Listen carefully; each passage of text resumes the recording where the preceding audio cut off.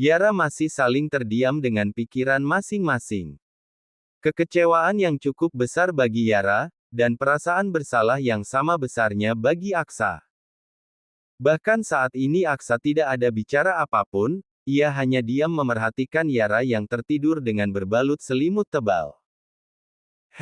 Baiklah, kita akan membahas hal ini lagi, sekarang kalau kau mau marah, ya sudah marahlah. Ucap Aksa sembari mengelus lembut pucuk kepala Yara di balik selimut. Setelah merasa cukup Aksa berlalu pergi keluar dari kamar. Kala suara pintu tertutup terdengar di telinga Yara, ia pun langsung terbangun. Mata Yara mengelilingi kamar yang telah ia hias selayaknya kamar pengantin. Seharusnya Aksa bisa lebih memaksa untuk meyakinkan Yara. Tapi, hal seperti itu seakan mimpi bagi Yara. Aku memang tidak penting bagi Aksa, dia hanya menjalani tugas sebagai suami saja. Tidak ada perasaan lain, lagian, apa yang sudah kau harapkan ini, Yara? Gumam Yara di dalam hati. Aksa tidur di kamar sebelah, ia telentang sambil menatap langit-langit kamar. Memikirkan soal kemarahan Yara yang memang cukup masuk akal baginya.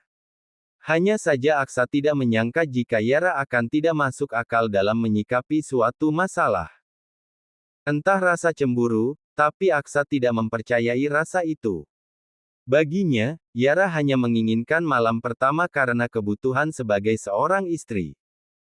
Jelas dirinya sebagai seorang suami, harus memberikan nafkah itu.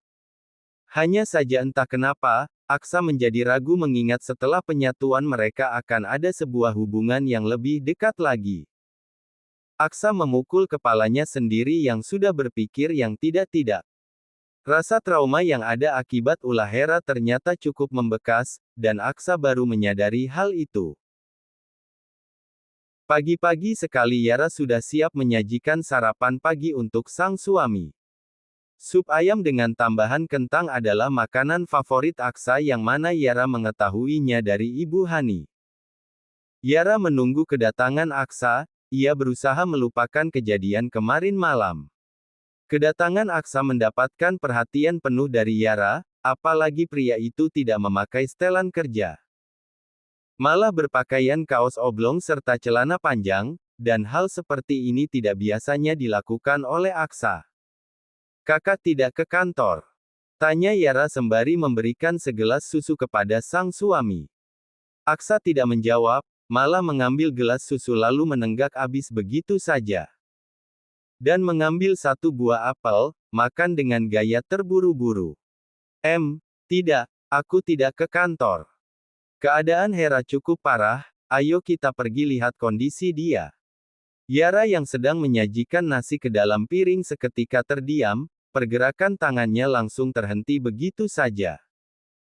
Ibu Hanum dan ayahmu pergi ke Singapura, tidak ada yang menjaga selain kita. Aksa mencoba memperjelas agar Yara mengerti dan tidak salah paham. Kalau aku tidak mengizinkan kakak untuk melihat kondisi Hera, apakah kakak akan mendengarkanku? Tanya Yara sembari menatap intens sang suami yang berdiri di hadapannya. Yara, aku mohon, lihatlah situasi, jangan bersikap anak-anak di saat seperti ini. Aku tidak bersikap anak-anak, Kak. Jawab saja, aku tidak meminta kakak untuk menilai seperti apa diriku saat ini. Sanggah Yara yang kini sudah berdiri berhadapan langsung dengan Aksa. Aku akan tetap melihatnya karena murni rasa keprimanusia yang aku punya. Bukan karena hal lain, karena rasa peduli terhadap sesama manusia. Aksa mengucapkan jawaban itu dengan sangat tegas. Yara memejamkan mata sebentar, ia mengangguk seolah-olah menyetujui semua yang Aksa katakan. Ya, itu benar. Lakukan semua hal yang ingin kau lakukan, Kak. Yara mengalah, ia kembali duduk sembari makan masakannya sendiri. Aksa menghela napas panjang, ia tidak mengerti kenapa Yara menjadi egois seperti ini. Ia duduk di sebelah Yara, berusaha mendengarkan alasan Yara menjadi keras kepala seperti ini. Kau ikut, ayo kita lihat sama-sama keadaan Hera. Ujarnya. Mata Yara memicing mendengar ucapan Aksa, ia menggelengkan kepala pertanda tidak mau. Tidak perlu, lihat saja sendiri. Yara menolak mentah-mentah, ia tidak akan melakukan hal itu di dalam hidupnya. Tidak peduli, sekalipun kau tidak mau, aku akan menggendongmu nanti, sekalipun kau menjerit tidak mau, aku juga tidak akan peduli. Perkataan Aksa membuat Yara terdiam, ia susah payah menelan makanan yang ada di mulutnya. Bersiap-siap, kita berangkat sebentar lagi. Aksa bangkit, bahkan sebelum pergi menyempatkan mencium pucuk kepala Yara. Menyebalkan. Yara membanting sendok, hilang sudah rasa lapar yang melanda tadi. Yara benci dengan situasi ini, ditambah lagi kepekaan Aksa yang tidak ada sama sekali sebagai seorang pria. Aksa dan Yara sudah ada dalam perjalanan, Yara yang bersandar pada bangku mobil hanya diam mendengarkan Aksa yang sedang bertelponan dengan Arzan. Kelihatan sekali hari ini Aksa sengaja meninggalkan pekerjaannya demi seorang Hera yang notabene-nya adalah mantan kekasih. Demi mantan, dia rela kena marah sama Kak Danu. Kata Yara di dalam hati, ia berdecak mengingat semua pengorbanan Aksa kepada Hera.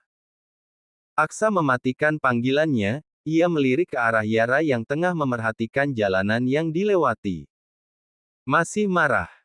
Tanya Aksa sembari fokus menyetir menyempatkan mengelus tangan Yara. Yara tidak menjawab, ia lebih memikirkan hal seperti apa yang akan ia lakukan kala bertemu dengan Hera nanti. Mengingat posisi dirinya hanyalah sebagai pengganti, Yara takut cinta Aksa dan Hera bersemi kembali. Lalu kemana Yara akan pergi? Nanti setelah kita menjenguk Hera, aku akan mengajakmu jalan-jalan. Atau kita main ke rumah Kak Danu. Aksa mencoba mencari sesuatu hal yang bisa mencairkan suasana. Terserah. Hanya itu jawaban Yara, ia tidak mau memikirkan apapun kali ini. Agar Aksa tidak mengajak bicara lagi, Yara memejamkan mata pura-pura tertidur. Sementara Aksa hanya diam memikirkan semua hal yang akan ia lakukan. Di sebalik hati Aksa juga berpikir, sebenarnya ini hanya rasa kemanusiaan saja atau ada rasa lain. Di rumah sakit Aksa dan Yara langsung menuju ruangan di mana Hera dirawat. Aksa menggandeng tangan Yara erat, seolah tidak mau terlepas sedikit pun. Yara tidak ada bicara apapun, ia hanya diam memikirkan hal yang akan terjadi nanti. Kala melewati ruangan dokter spesialis kandungan, ada seseorang yang menghentikan langkah Aksa dan Yara. Yaitu, Dr. Tari. Aksa, kamu yang bertanggung jawab atas pasien yang bernama Hera. Tanya Tari dengan tatapan penuh menelisik. Iya, ada apa? Keadaan Hera baik-baik saja kan? Tanya Aksa, bagaimanapun Hera memang belum sadar dari kemarin. Tidak baik-baik saja, kejadian ini karena kecelakaan bukan hanya pasien meminum pil penggugur kandungan. Penjelasan Dokter Tari membuat Aksa terkejut begitu pula Yara. Kecelakaan. Aksa, sebaiknya tidak usah bertanggung jawab akan hal yang menimpa wanita itu. Kau sudah ada Yara, jangan bertindak bodoh. Tari berusaha menasehati adik teman sekerjanya itu. Sejak kapan kau bisa mengurusi kehidupanku? Lagian aku peduli juga bersama dengan Yara, Hera adalah kakak istriku. Pertegas Aksa dengan nada yang penuh penekanan. Dikatakan seperti itu oleh Tari tentu saja ia tidak akan terima. Tidak mau mendengar apa yang akan dikatakan Tari, Aksa menarik tangan Yara untuk segera pergi. Berhadapan dengan Tari yang cerewet sungguh membuang waktu. Bagi Aksa, ia tahu hal yang mana pantas dilakukan maupun yang mana tidak pantas untuk dilakukan. Yara tidak tahu harus bicara apa, sebenarnya ia setuju dengan semua yang dikatakan Tari. Hanya saja mulut Yara terlalu berat untuk membenarkan secara terang-terangan, jujur, Yara bingung dengan sikap Aksa kali ini. Aksa terus membawa Yara menuju salah satu ruangan, di mana ruangan itu terletak di ruangan VVIP. Mata Yara mengelilingi koridor yang ia lewati, sambil mengikuti langkah kaki Aksa yang sangat cepat. Terlalu khawatirkah kepada mantan? Sampai jalan terburu-buru begini. Sindir Yara kepada sang suami yang berekspresi datar saja. Hingga langkah kaki Aksa terhenti di depan pintu ruangan yang mana Yara menebak jika itu adalah ruangan Hera. Yara menarik napas dalam-dalam seolah mengumpulkan niat terdalam untuk berhadapan dengan Hera nanti.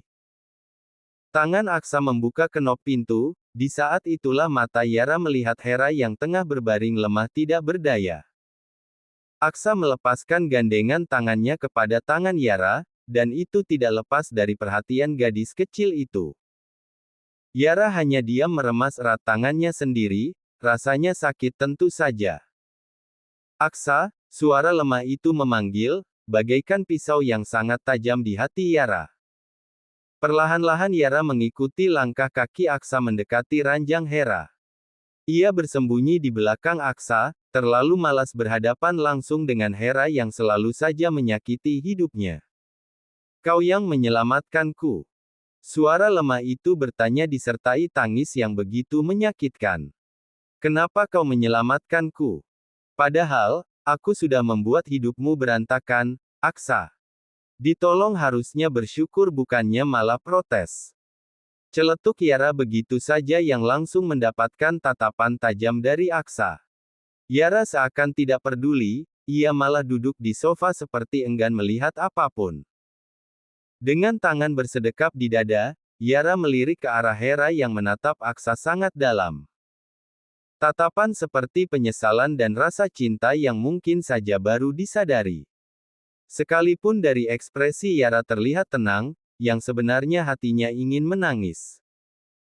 Yara takut Aksa bersama kembali dengan Hera, tentu saja dirinya akan menjadi orang terbuang nanti. Aku ingin bicara berdua denganmu saja, bisakah? Hera meminta izin yang mana itu tertuju kepada Yara. Aksa mengangguk mantap, dan itu membuat Yara langsung tersadar. Baiklah, bicaralah dengan nyaman. Yara mengalah, ia berlalu pergi dengan senyuman manisnya. Padahal hatinya sangat sakit mengetahui Aksa yang tidak ada pembelaan sama sekali untuknya. Kala Yara sudah pergi, Aksa mendekati Hera karena penasaran dengan apa yang dikatakan wanita lemah itu. Keadaan Hera sungguh memprihatinkan, wajah yang pucat serta tubuh yang kurus. Aku minta maaf atas semua perlakuanku kepadamu, atas semua tindakanku. Ucap Hera disertai isak tangis. Mendengar itu tatapan mata Aksa langsung tertuju kepada jendela yang mengarah pada taman rumah sakit. Tidak perlu meminta maaf, Hera, mendengar kau meminta maaf seperti ini semakin meyakinkanku, bahwa kau melakukan semua ini secara sadar. Kata Aksa. Tangan lemah Hera berusaha menggenggam tangan Aksa, ia menangis penuh penyesalan. Aku baru menyadari semua rasa cintamu, Aksa, aku telah dibutakan oleh sesuatu hal yang tidak masuk akal. Aku benar-benar menyesal, aku telah memilih pria yang mana pria itu yang menyelakaiku. Jelas Hera yang langsung membuat tatapan Aksa jatuh penuh padanya. Aksa jadi ingat dengan kata Tari, di mana Hera mengalaminya kecelakaan. Bukan hanya pil penyebab Hera keguguran, tapi juga karena kecelakaan.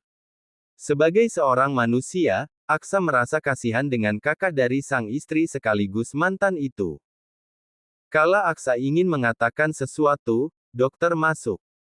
Aksa menghentikan ucapannya, ia lebih memilih mendengar penjelasan dari dokter mengenai keadaan Hera. Yara duduk termenung di bangku tunggu depan ruangan Hera, matanya terus tertuju kepada pintu ruangan itu. Berharap Aksa segera keluar dari sana, segera menyusul dirinya. Yara menghela napas panjang, jujur hatinya ingin menangis sebenarnya. Tidak mau berpikir lebih-lebih, Yara mengambil ponselnya di tas selempang. Mencari sesuatu hal yang menarik untuk membuang pikiran yang tidak-tidak. Tiba-tiba saja Yara dikejutkan dengan kedatangan Arzan yang terlihat seperti ada keadaan yang berbahaya. Arzan. Yara memanggil karena melihat Arzan yang seperti sedang mencari ruangan di mana Aksa berada. Arzan langsung menuju ke arah Yara, dengan napas tersengal-sengal Arzan berdiri di hadapan Yara. Ada apa? Tanya Yara, ia menjadi tidak enak sendiri karena melihat ekspresi Arzan yang terlihat seperti membawa berita penting. Belum Arzan menjawab, pintu ruangan Hera terbuka. Di mana terlihat Aksa keluar bersama dokter yang memeriksa keadaan Hera. Dokter itu berlalu pergi barulah Arzan mendekati sang tuan. Tuan, ada berita penting. Ini semua tentang Tuan Reynald dan Nyonya Hanum, bukan kabar baik. Perkataan Arzan membuat Yara dan Aksa saling pandang satu sama lain. Hanya sebentar, Aksa menarik tangan Arzan untuk lebih menjauh dari ruangan Hera. Yara mengikuti kedua pria itu. Sebagai seorang anak dari Reynald tentu saja Yara sedikit khawatir. Ada apa dengan ayahku? Tanya Yara, jantungnya berdegup kencang menantikan jawaban. Tuan Reynald beserta istrinya mengalami kecelakaan mobil kala menuju ke rumah sakit. Sontak bagaikan petir di siang bolong itulah yang Aksa dan Yara rasakan. Yara langsung tidak berdaya, Aksa memegang tubuh Yara. Ia memeluk Yara erat, ia tahu seperti apa yang Yara rasakan sekarang. Di mana mereka sekarang? Tanya Aksa kepada Arzan sambil menenangkan Yara yang tidak sanggup untuk bicara apapun lagi. Di rumah sakit ini, Tuan, hanya saja, keduanya telah tiada. Meninggal di tempat kejadian.